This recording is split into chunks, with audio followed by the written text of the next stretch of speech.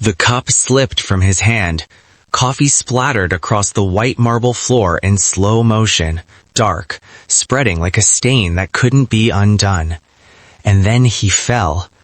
Raymond Ashford, worth $4.7 billion, owner of 3 skyscrapers, a private island, and the most expensive art collection in the country, dropped to his knees right there in the middle of his own kitchen.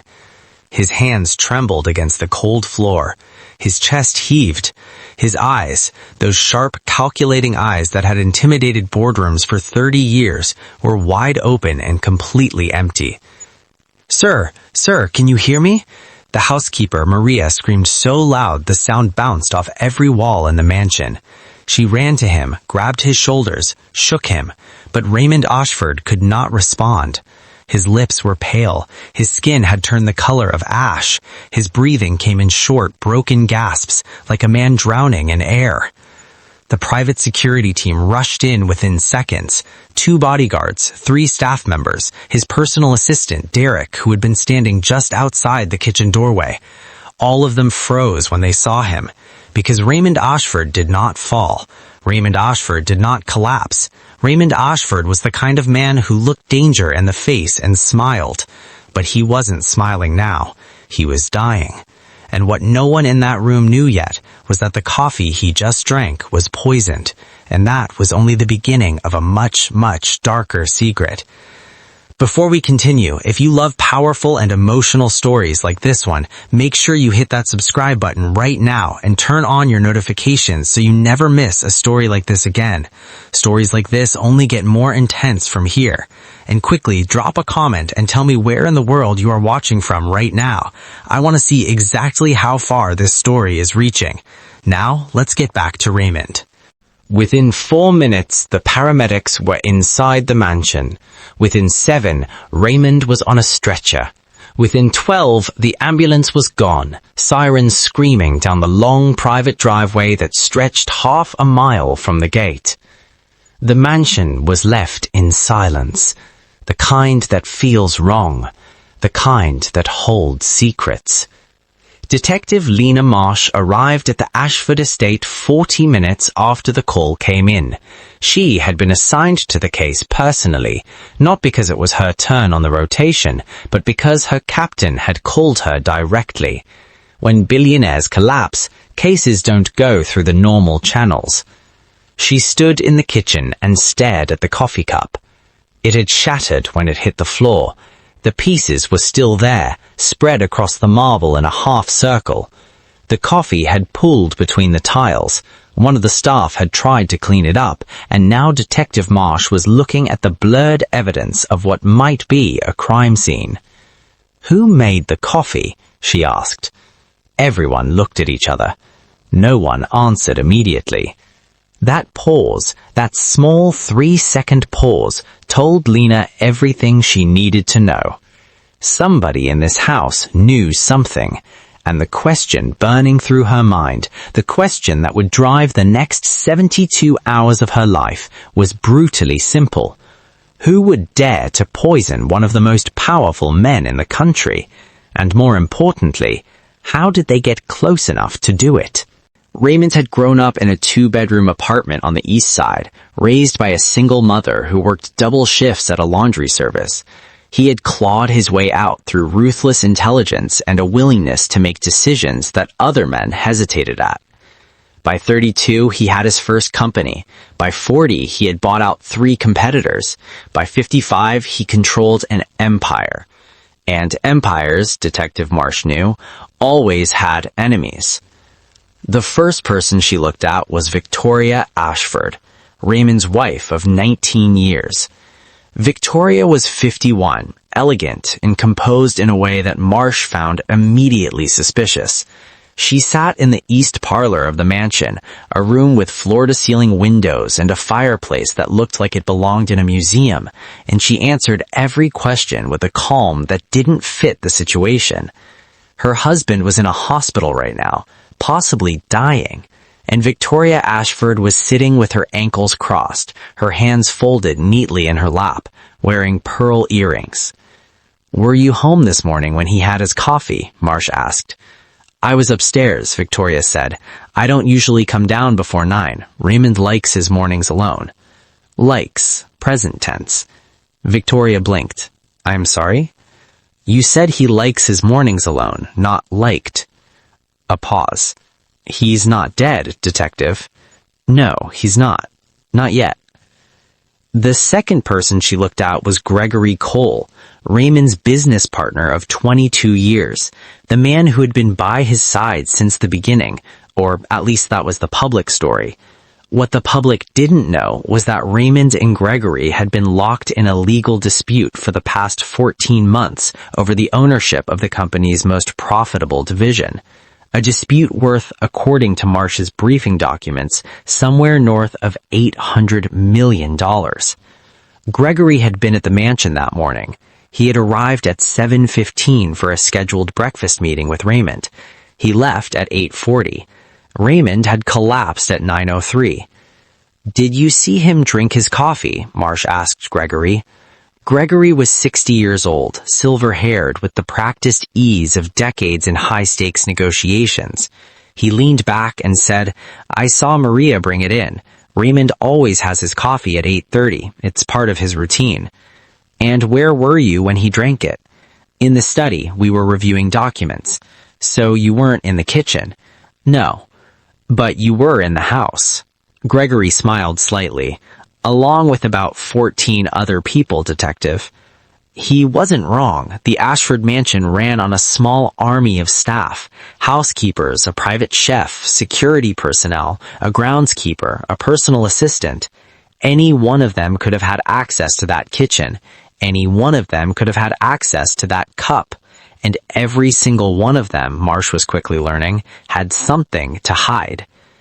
Maria, the housekeeper, had been with the family for 11 years, but 3 weeks ago, Raymond had threatened to terminate her contract after a minor incident involving a piece of jewelry.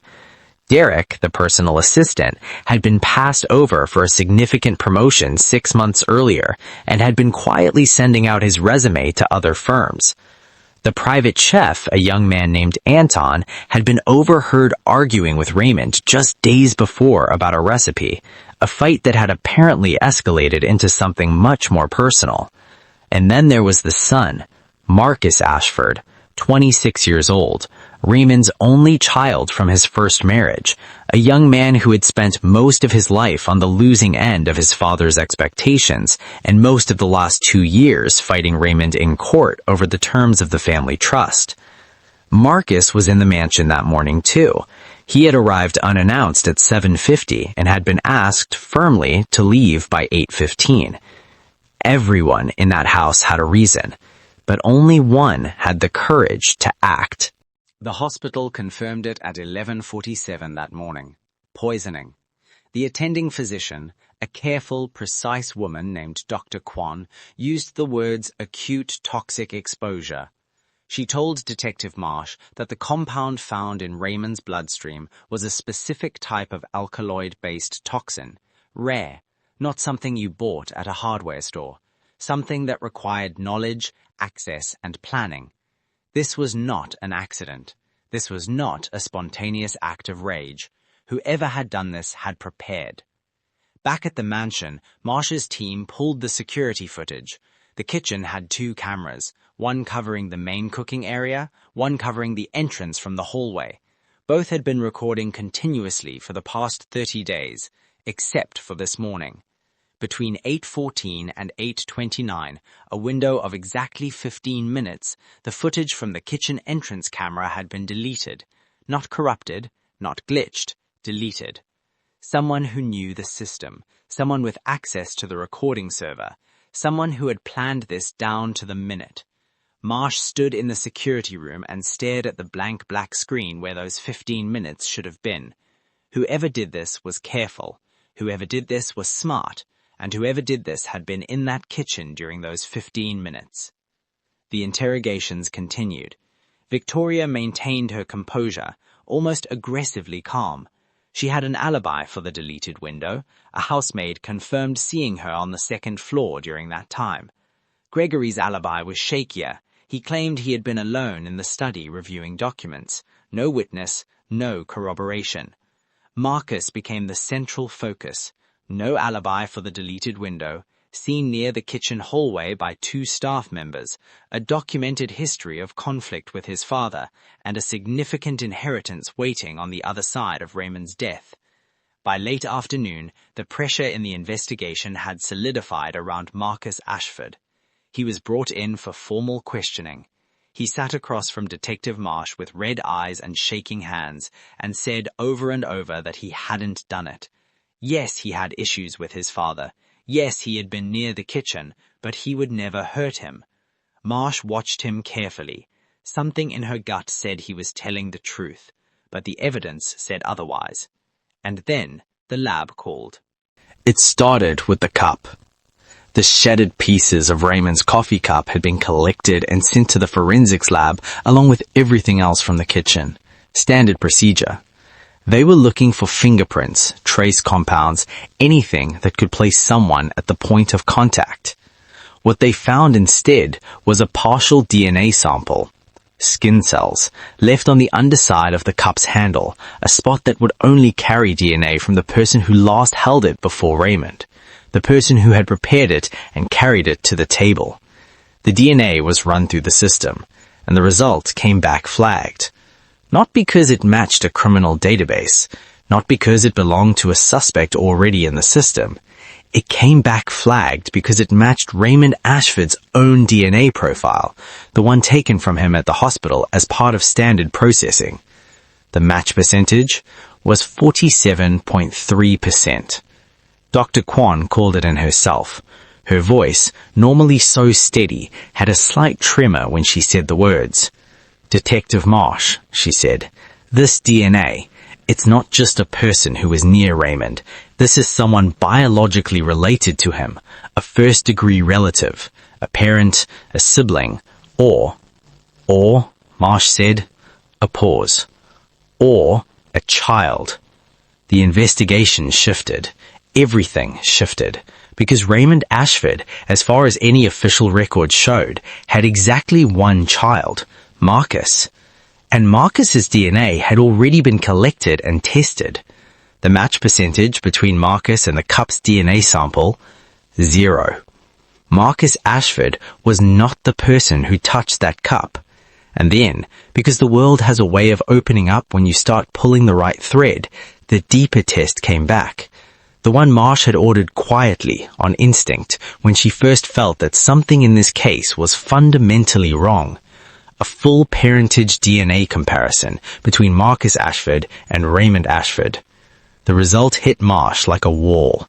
Marcus Ashford was not Raymond's biological son. Not even close. 0 shared markers. No biological connection whatsoever. Marcus, the boy Raymond had fought over the trust, the young man Raymond had publicly humiliated at board meetings, the son Raymond had spent 26 years measuring and judging and finding inadequate, was not his son at all. And the DNA on that cup?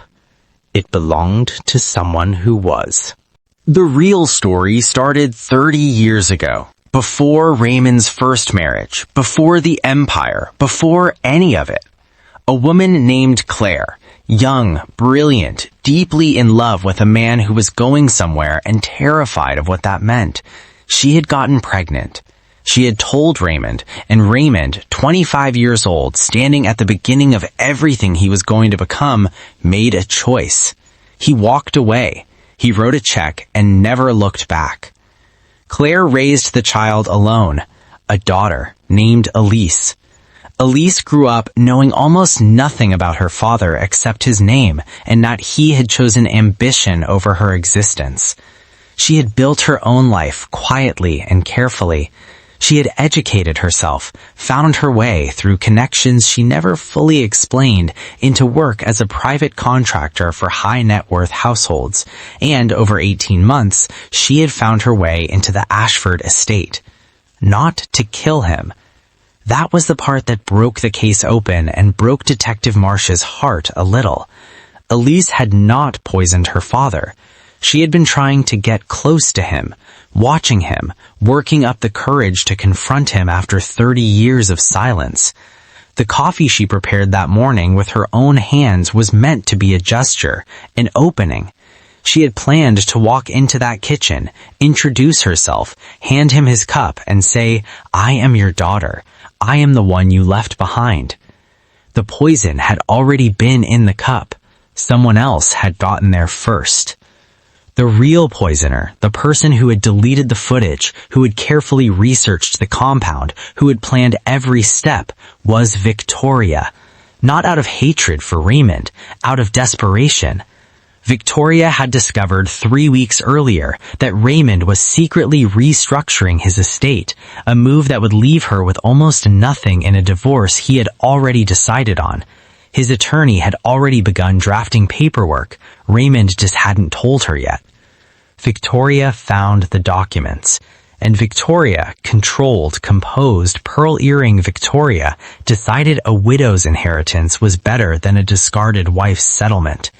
She had not counted on a lease. She had not counted on the DNA. She had not counted on the fact that the cup she laced with poison would be handled by a woman who shared Raymond's blood, and those skin cells would unravel everything. Raymond Ashford survived. Dr. Kwan's team worked through the night, and by the following morning he was breathing on his own. Victoria was arrested 48 hours after the investigation pivoted, the forensic accounting trail she had left, the purchase of the compound through a third party, the digital access to the security system she had assumed was untraceable, turned out to be traceable after all. Marcus Ashford, cleared of all suspicion, sat in a hospital waiting room for 2 days straight. He did not know yet that Raymond was not his biological father. That conversation was still coming. And Elise, the daughter Raymond had erased 3 decades ago, sat in a police interview room and told her story from beginning to end, her voice steady and her hands still. She had not come to destroy him. She had come because she was tired of being invisible. Raymond Ashford, when he was finally well enough to speak, was given a very short list of things he needed to know. His wife had tried to kill him. His son was not his son, and the woman who had made his coffee that morning, the stranger in his house, was the child he had abandoned before she ever had a chance to know his face. There are men who receive news like that and fall apart. Raymond Ashford stared at the ceiling of his hospital room for a very long time, and then he asked one question. Where is she now? In the end, it wasn't just the poison that nearly killed him. It was the truth about the life he had built on a foundation of choices he had never fully accounted for, the truth about the people he had used, dismissed, and walked away from, the truth that had been quietly waiting, patient, inevitable, for 30 years. Elise did not forgive him easily. Forgiveness, when it came, arrived in pieces, in phone calls and difficult silences, and one conversation that lasted 4 hours and left both of them exhausted and raw, and somehow, unexpectedly, lighter. Marcus disappeared for a while. He needed to. The ground beneath his entire identity had been pulled away, and no legal settlement could fix what that felt like. But he came back, because despite the fights and the court battles and the years of feeling like he was never enough, Raymond had raised him. Whatever biology said, that was real. And Raymond Ashford, the man who had spent 55 years believing that power and wealth were armor enough against the consequences of his decisions, learned at the end of the worst week of his life that some debts cannot be restructured. Some things you owe, and they will find you, no matter how high you build your walls, no matter how many floors your buildings have, no matter how carefully you delete the footage. The truth always leaves a trace. If this story shocked you, hit the like button and share it with someone who loves powerful stories. Subscribe if you haven't. More stories are coming just as intense and impossible to stop watching. And drop your answer in the comments right now. Do you think the truth should have stayed hidden, or was it always only a matter of time? I read every single comment.